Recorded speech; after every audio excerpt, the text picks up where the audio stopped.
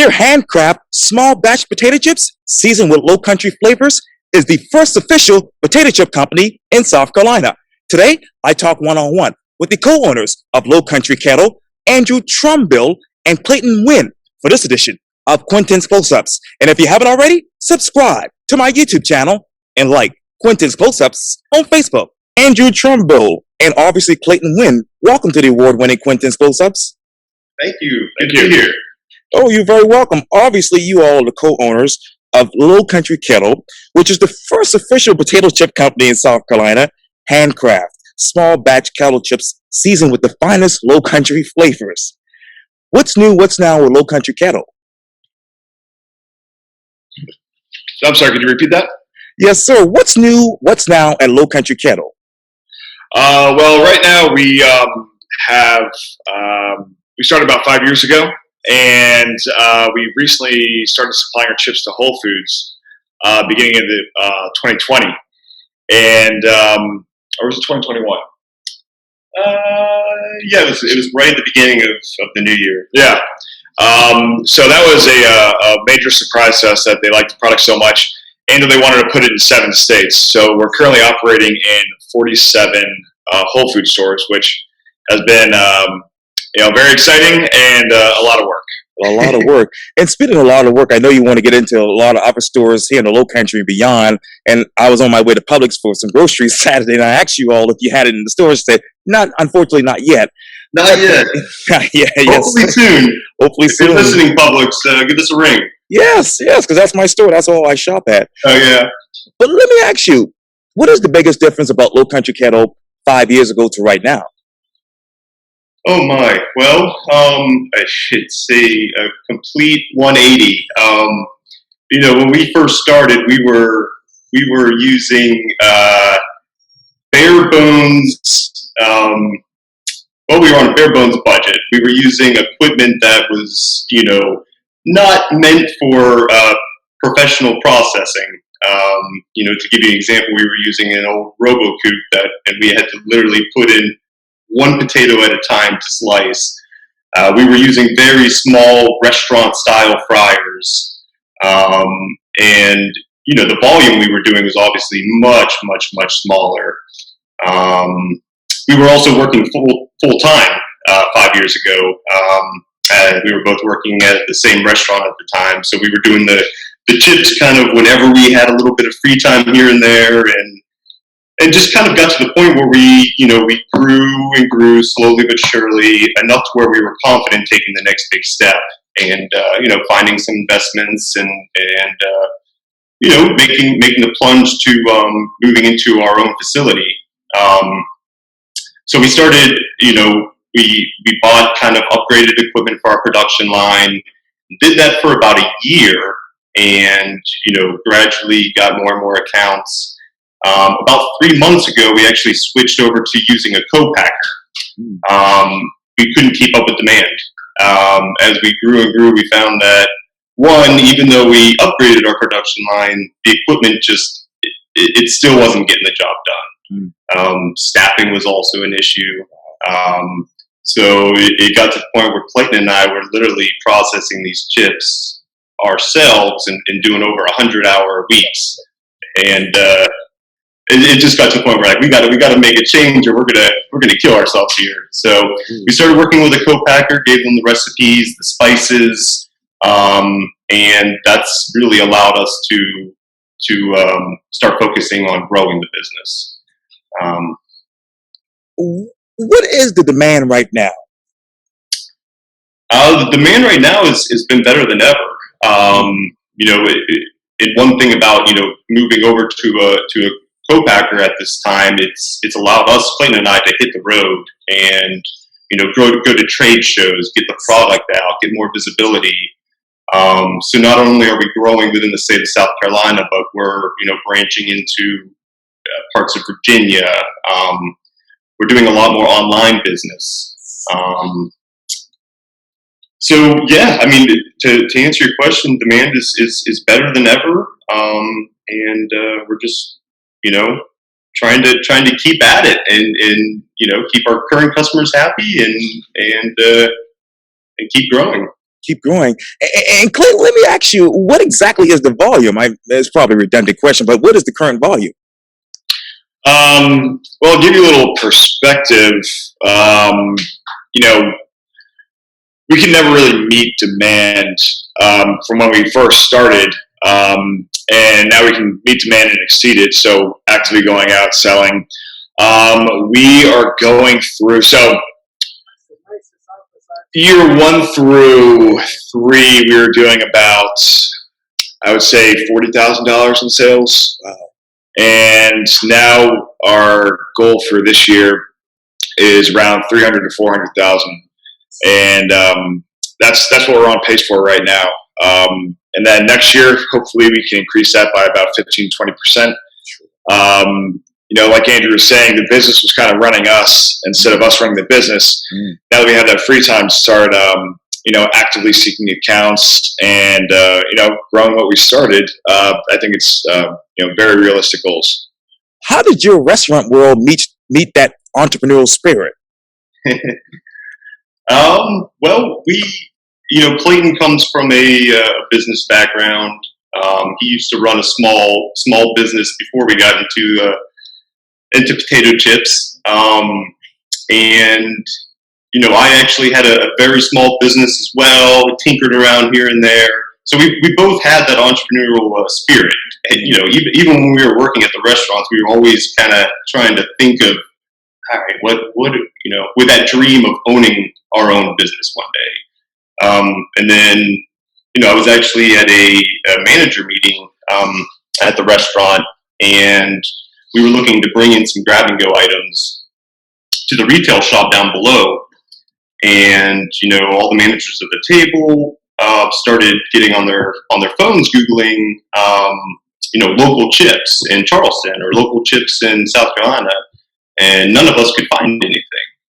And it was at that moment where it just kind of clicked for me. I was like, that seems really strange that in a town where specialty foods and food is so important and prevalent that no one is doing chips.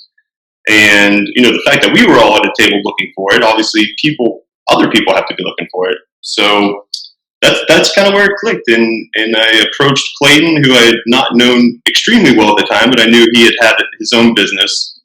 And he liked the idea, and the rest was history. We started meeting frequently after that and developing recipes and, you know, with the branding, and the rest is history. How did you pitch that idea to these major, you know, folks here in Charleston? Well, I mean, when we first started, you know, we would just cold call people, just walk into, well, fortunately, working at a restaurant, we're surrounded by chefs. So once we got their approval that we had a quality product, that was a confidence booster. But, you know, the local community here is so supportive of small businesses that we could just walk in with some samples, and we felt confident that our product was good enough that, you know, X, Y, and Z would start carrying it. And after that, once word got out, you know, people started coming to us. We haven't actively sold our products until the past couple of months. People just keep coming to us. They gravitate towards the products. It's interesting, incredible flavors, and it's local. So I mean, that's kind of a no-brainer for all these little mom and pop shops. And you know, I read on your website when an opportunity to create South Carolina the first steak chip that is arose, you obviously couldn't resist teaming up with obviously Andrew and launching Lowcountry Kettle potato chips. What was the snack before Lowcountry Kettle? What snack was before Lowcountry Kettle? Yeah, what was that South Carolina snack before Lowcountry Kettle? Oh man, you know, like I think of like stuff you find in like a hotel, like Benny wafers. Yes.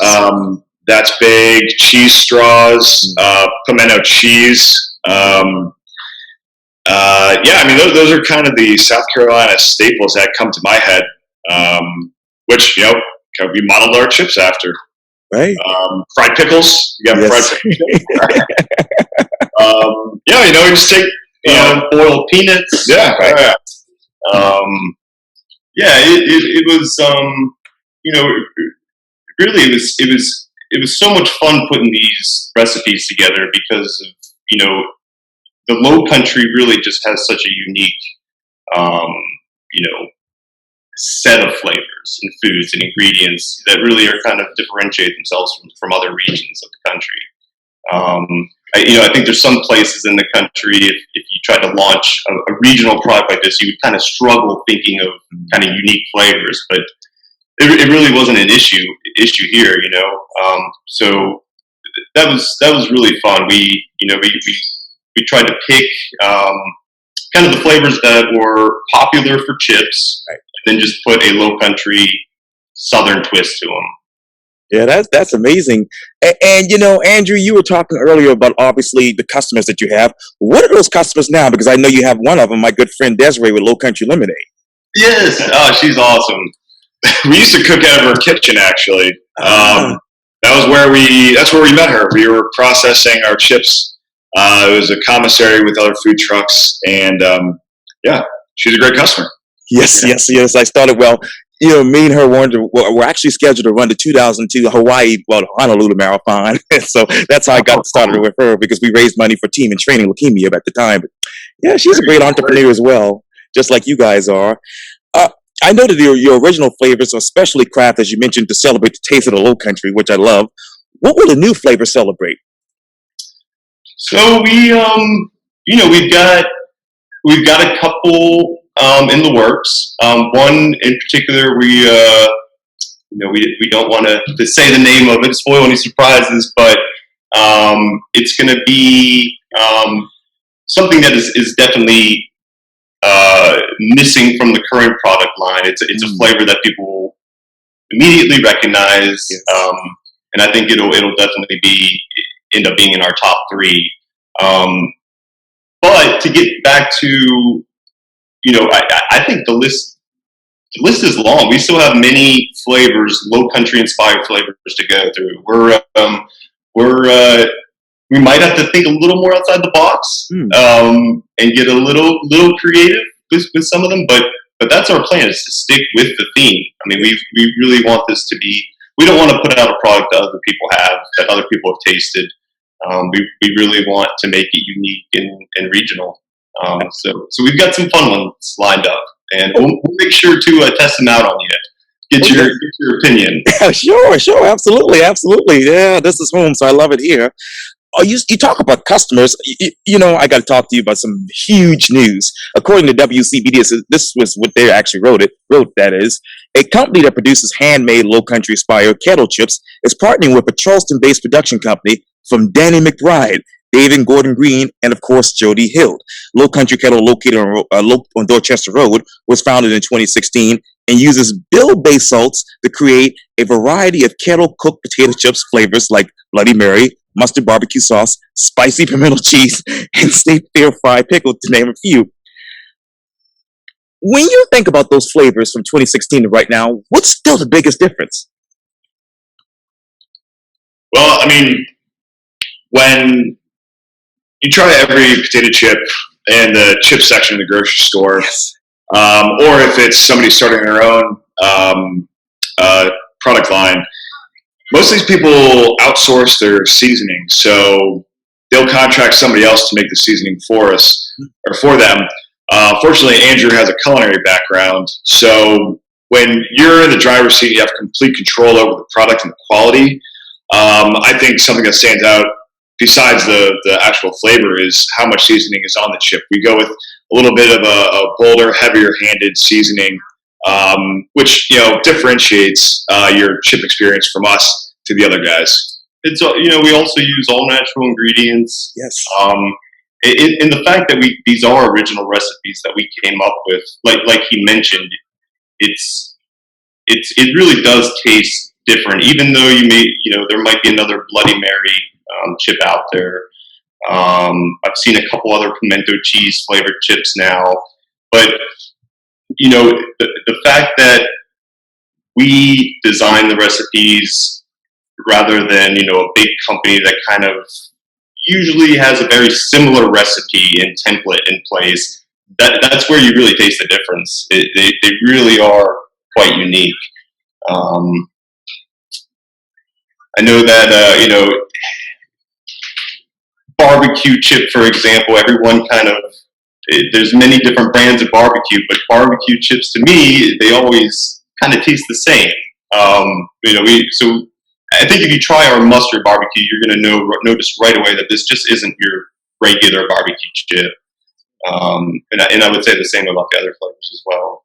Wow, that's amazing. And I know obviously your company says that the new support from the production company has helped accelerate your growth and vision.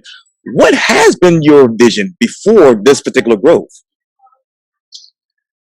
That's, we always wanted to, we set out from day one to really, to really kind of go after South Carolina in particular. We wanted to start in Charleston where we're based and kind of grow out from there. We like to call ourselves the official chip of South Carolina, and that to us really is the most important, is taking care of South Carolina, taking care of this market. This is what inspired our flavors, and then kind of grow from there. So right now we're still going after those other cities in South Carolina. We are starting to pick up additional distribution, so we are starting to head into markets outside of South Carolina, outside of even the Southeast. But we're just trying to kind of grow, in a responsible way, in a manner that we can handle. Not too fast, not too slow, which is kind of can be tricky. But it's, I don't know if you can add to that, but no, I mean, just really being a household name in South Carolina. It's really nice and gratifying to hear when you are driving around Greenville and somebody sees your chips and they've tried them before, even in areas that you wouldn't even expect. It's really, really nice to be a part of South Carolina and or be so well received. That would probably be my take on that. And now that you obviously have this growth, Andrew, and obviously my man here, Clayton, what is that new vision? I know you talked about it a little bit. I don't think we'll ever be a Lay's but we want to keep at this and grow as big as we can, and get our chips out to as many people as possible. We think that it's a product everyone will. If you like potato chips, you're going to love these. Yes. But again,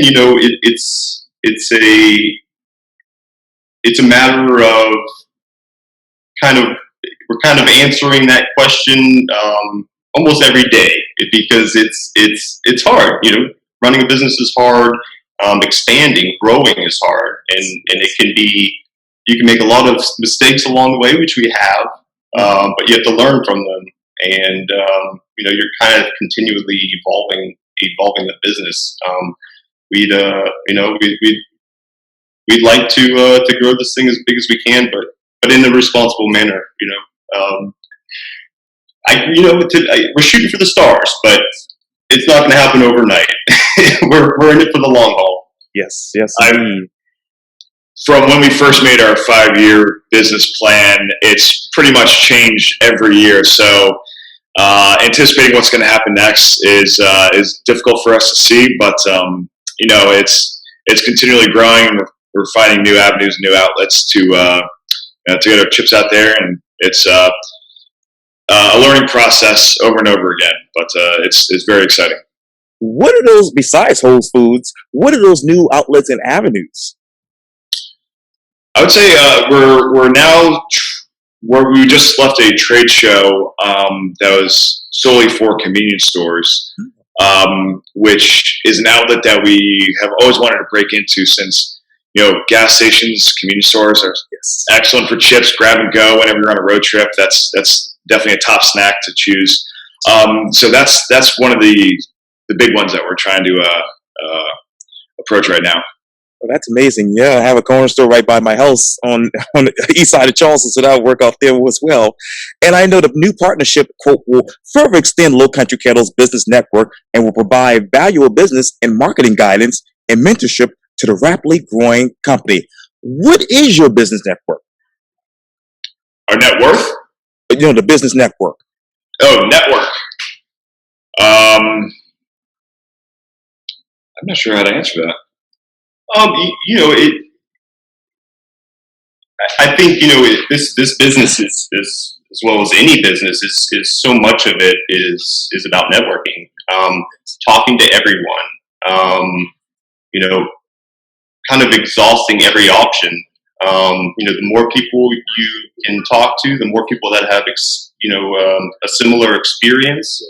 You learn from them, and a lot of people we were surprised to find out how many people are willing to help. Yes. Charleston the support has been incredible. It really has, and even just whether it's other small business owners or someone that has a friend who's a business owner, everyone has been very willing to lend a hand and offer any kind of help they can. We've even the guys from Rough House have put us in touch with some of their friends who have businesses, and talk to us about their experiences, and that kind of insight is invaluable. So it's been fantastic. That's amazing. And let me just ask you the obvious: why the production company? Why now?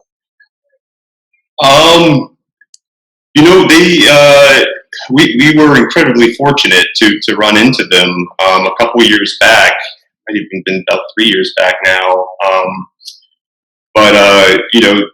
We were cooking chips in a little 400 square foot facility at the time, and they just happened to be staking out sites for a commercial, and ran into us and asked what we were doing, and we told them, "Oh, we're making potato chips. We're a local potato chip company," and they were, I think, very curious, and tried our products and really enjoyed it, and started carrying our chips on different production sites, and the relationship just kind of grew over the next 2 years to where they wanted to see if they could help out in any way aside from ordering directly. I know that they love working with the community. They love supporting other local products. I think it was just really a way for them to kind of help an up and coming small business in the community. So we, when they came to us with wanting to talk about possibly partnering up, we were over the moon. We were ecstatic. Yes, indeed. And where were you mentally when you actually had the meeting with the production company? We were so small at the time that it was very surprising that somebody was taking an interest in our company, and they saw a lot of promise. So it was just kind of exciting and shocking a a bit. Surreal. Yeah. Last thing we were expecting is somebody interested in investing in what we've created. So that was absolutely fantastic. And what else are people saying now about Lowcountry Kettle after this production company hit for you all?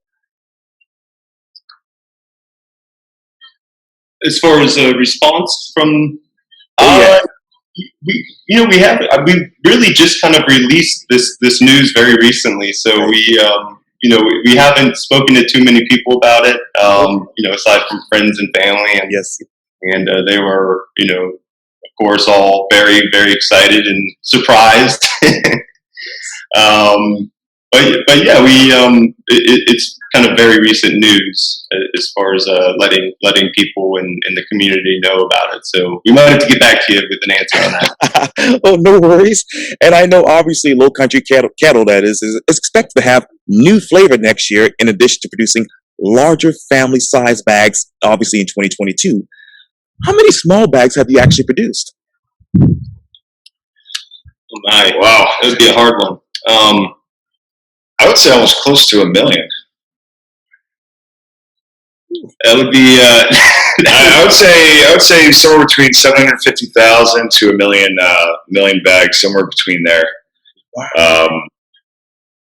Which we haven't added it up, but when you say it out loud, that's Yeah. that's a little surprising. Yes, that's huge. Those are huge numbers. Oh my God. So, before all of this started with Lowcountry Kettle, how did you research your competition fiercely? Oh, I mean, there's surprisingly not a lot of. I mean, there's competition, but not a lot of potato chip companies independently owned. Frito-Lay's, Cape Cod, Yes. Utz, they have the lion's share of the market. But when you go to Whole Foods or some other specialty shops, you can find the more interesting, unique brands. You eat a lot of potato chips. Yes, absolutely.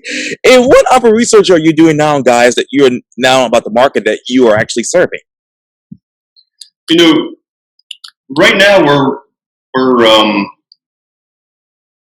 so much of this is a learning curve and a learning process. What we're really kind of focused on right now is learning a lot more about distribution. For the first 4 years, for the first 3 years, we were primarily delivering everything ourselves, and then we started working with an amazing distributor, Perfect 10 Foods, who's been helping us out tremendously over the last 2 to 3 years.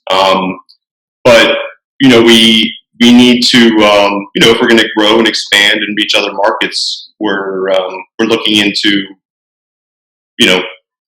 finding out how to get additional distribution, logistically how you can or strategically choose your distribution. Shipping and freight is very expensive. For example, if we wanted to all of a sudden get distribution out in California, we would have to. It would be quite complicated at this time because we would have to, really figure out a good shipping option for that kind of thing. So that's really kind of where our head's at right now. Trying to think very strategically and crunch a lot of numbers and kind of see how we can expand into other markets. Absolutely. And this is a basic question, but what is your top flavor? Right now, I think overall would be the spicy pimento cheese. Okay. Yeah, that's been a fan favorite from day one. And then I'd say that one reigns king. My personal favorite is the Carolina Reaper, but some people are a little hesitant with spicy stuff. Yes. But, Yes. The public can't be wrong. Pimento cheese is king. Yeah. And I like spicy stuff too because I get to cleanse my body out a lot. But let me ask you, what flavor describes you all?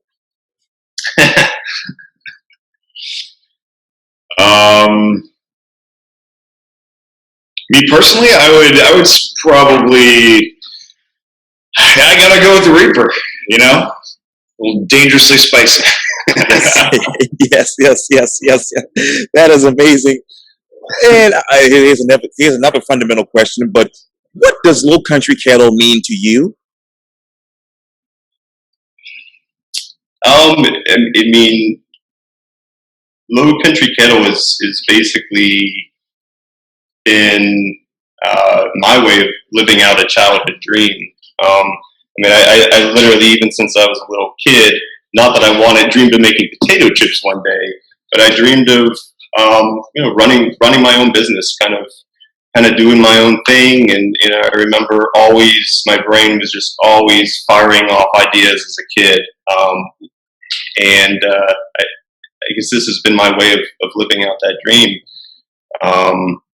It's been a hell of a ride, a hell of an adventure, and it only seems to get more and more exciting. So And Andrew, what is the state of small business in the era of COVID? Whew, that is that's in the last, I would say, 4 to 6 months. It has been very. It has played a very significant role in our business. There are, been a major interruption to the supply chain. There are shortages of plastic, paper, a lot of freight delays. We're seeing a lot of labor issues, not so much with us, but with manufacturers. Where we get our raw materials from.